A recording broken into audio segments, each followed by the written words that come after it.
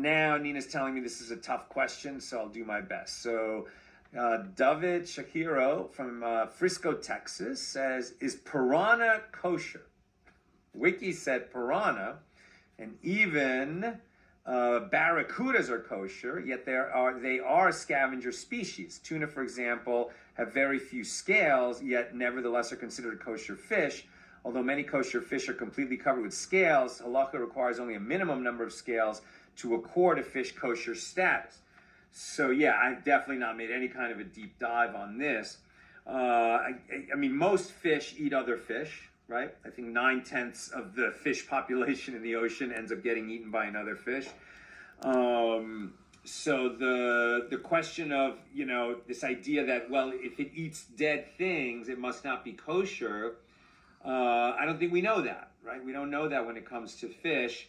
One might speculate that the reason that lobster is not kosher or crabs or something is because it's kind of a bottom feeder.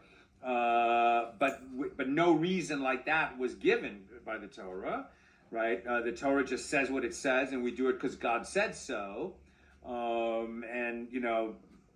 It's fins and scales, right? We need fins and scales. So if we're going to say that some fish species, tend to eat more dead fish than others, is that going to affect their kashrus? I don't think so, but I don't know. But this is definitely above my pay grade. So good question, and let me know what you find. That's what I've got for us today. And with God's help, may we all have a peaceful Shabbos, a beautiful Shabbos, an uplifting Shabbos. Today is the yahrzeit of the Alter Rebbe, who is the founder of Chabad Hasidism, and whose legacy is just astounding, right? Just astounding. He also wrote a Shulchan Aruch, Code of Jewish Law, which is almost as respected and certainly as widely used as the Yosef Karo Shulchan Aruch. But also, he just inspired. He was the first Chabad Rebbe and inspired, the Chabad movement, which not only counts just a very large number of people in that movement, practicing Chabad Hasidism, but, left a legacy of this idea of turning our light outward, right? And in fact, that's why the Chabad tefillin is wrapped differently than other traditions, right? Like just the standard Ashkenaz tefillin, it's wrapped inward around the arm as the leather strap goes. In Chabad tefillin, there's slight differences in the tefillin itself and the way it's tied, but one of the big differences is that the straps are wrapped outwardly.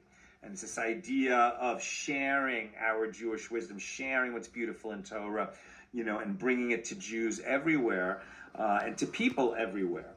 Right, and then eventually the sixth Chabad Rebbe, the Frierdiker Rebbe, really started to have a very sharp and keen interest in Jews that were disconnected, and the seventh, final Chabad Rebbe, known familiarly as the Rebbe, that's his portrait back there, just made it the mission of Chabad to send emissaries everywhere and to make Torah and to make Yiddishkeit available widely. Really has changed the world in so many ways because of that. So that all goes back to the Alter Rebbe,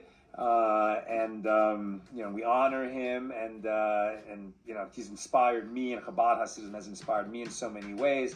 And so may his neshama have his aliyah he's already at such a high level in the world of souls, but may he go even higher. May he go even higher. And I look forward to meeting him when Mashiach comes and the dead are resurrected. Have a great Shabbos, my holy sisters and brothers. I look forward to learning with you tomorrow night, Saturday, approximately 7:15, 7:30. Now, of course, Shabbat is ending later and later, but I'll try to get on the air by about that time. Shabbos.